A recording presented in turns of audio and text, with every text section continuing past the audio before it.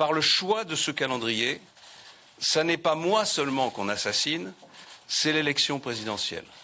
Hervé Novelli, membre de son entourage, soutient jusqu'au bout François Fillon. Il minimise les soupçons de la justice, attaque le quinquennat de François Hollande et surtout assume ce changement de position.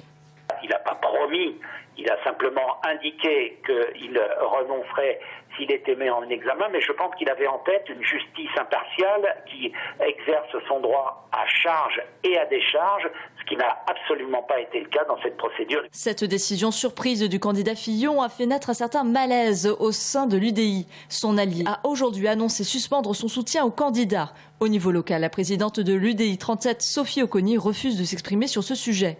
Côté FN, la secrétaire générale du département souligne un discrédit du candidat de droite, même si son propre parti a aussi des démêlés avec la justice.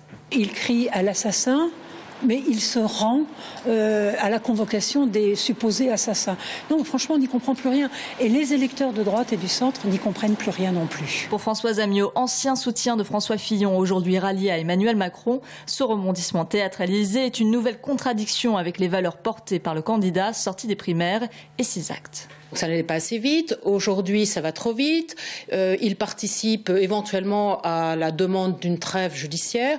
Enfin, tout ça, pour moi, n'a pas de sens. Et surtout, au-delà des contradictions personnelles de François Fillon, en contradiction totale avec la charge suprême qu'il entend incarner de garant des institutions. Du côté du Parti socialiste, ce nouvel épisode ternit un peu plus la campagne présidentielle.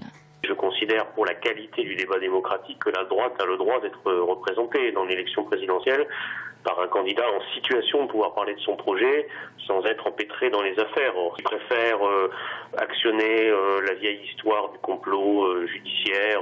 François Fillon semble aujourd'hui jouer la carte du quitte ou double de cette façon. Il se rend incontournable au sein de son parti en opposant légitimité de la primaire et processus judiciaire.